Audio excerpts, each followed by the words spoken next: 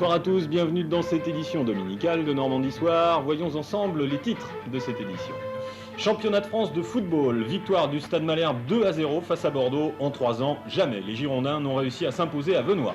Soirée agitée au centre de détention de Caen, plus d'une centaine de détenus refusent la réintégration de leurs cellules. Le motif, la libération d'Anis Nakache. Opération coup de poing aujourd'hui en mer des autorités maritimes de la préfecture et de la gendarmerie. Objectif, vérifier les équipements de sécurité des embarcations.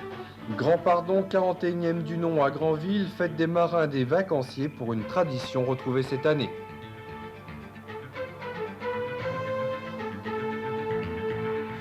Football, superbe victoire hier soir au Parc des Sports de Venoy du Stade Malherbe de Caen face aux Girondins de Bordeaux, 2-0 et tradition maintenue. Jamais en 3 saisons, les Bordelais n'ont réussi à s'imposer en Normandie.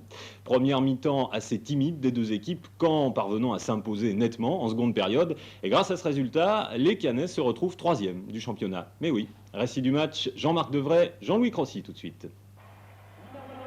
12 000 spectateurs à Venoy pour ce premier match à domicile. Normal avec une telle affiche. Les Girondins avec toutes leurs vedettes. Et déjà avant le match, une rumeur insistante plane sur le stade. Celle du départ de Fabrice Divert à Bordeaux. Je crois qu'un garçon comme Fabrice Divert, il ne sait pas faire injure au stade de Malherbe-Canet, qu'il est fait pour jouer dans un grand club. Alors nous, Bordeaux, on a la possibilité de jouer le premier rôle en ce moment en France et au niveau de la Coupe d'Europe. On serait très content effectivement que Fabrice Divert puisse venir à Bordeaux. Alors ça n'a rien à voir. Olsen et Denbourg sont venus et bon, à partir de là, on prend des accords qui peut effectivement amener Fabrice Divert à jouer à Bordeaux la saison prochaine. Retour sur le terrain où les Girondins en blanc donnent le coup d'envoi.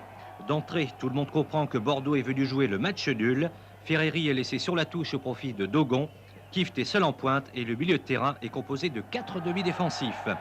Face à cette toile d'araignée, il faut attendre la 37e minute pour voir Joseph-Antoine Bell inquiété sur cette action partie de Dumas.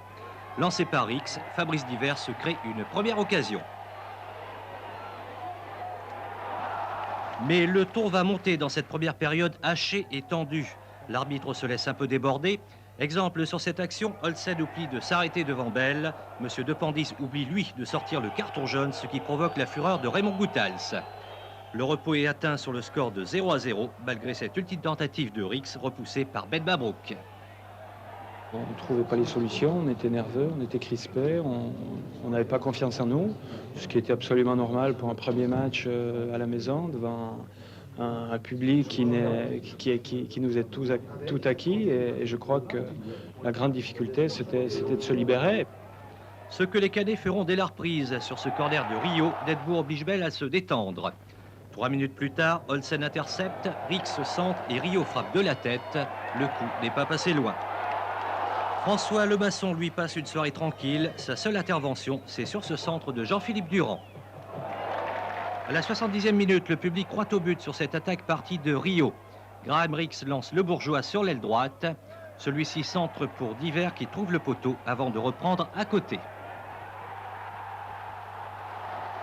Mais ce n'est que partie remise pour Caen. La défense bordelaise craque enfin à la 74e minute. Lancé par le Bourgeois, Jesper Olsen sert un caviar à son copain d'Edbourg qui crucifie le pauvre Bell. Ce but récompense une domination écrasante du Stade Malherbe. Raymond Goethals décide enfin de renforcer son attaque en faisant entrer Ferreri, mais c'est déjà trop tard. Surtout que les Cannais poursuivent leur cavalcade offensive. Ainsi, à 3 minutes de la fin, Fabrice Divert porte l'estocade devant une défense bordelaise complètement mystifiée. Un coup parfaitement réussi au départ par Denbourg. Je connais très bien le défensif, le Bordeaux. J'ai joué là-bas une année. Et aujourd'hui, j'ai parlé avec l'entraîneur, avec Jesper, pour attaquer le défenseur Bordeaux. Et oui, ça va, 2-0, très bien. Denbourg et Olsen ont fait une mise au point sur le terrain. Jean-Jacques Fiolet en fera une dernière en confirmant que Fabrice Divert restera bien cette saison à Caen. Et ajouté au dossier de ce match une déclaration d'Alain Giresse ce matin, le directeur sportif des Girondins a relativisé la défaite de son équipe. Un classement après 2 journées n'a aucune signification, a-t-il déclaré. Quant aux rumeurs de démission de l'entraîneur bordelais Raymond Goethals, elles sont selon Giresse sans aucun fondement. Prochain match des Cannais samedi, 3e journée de championnat. Le SMC se déplace à Marseille. Les voyages forment la jeunesse certes, mais ce sera certainement plus difficile que contre Bordeaux. La suite des sports tout à l'heure.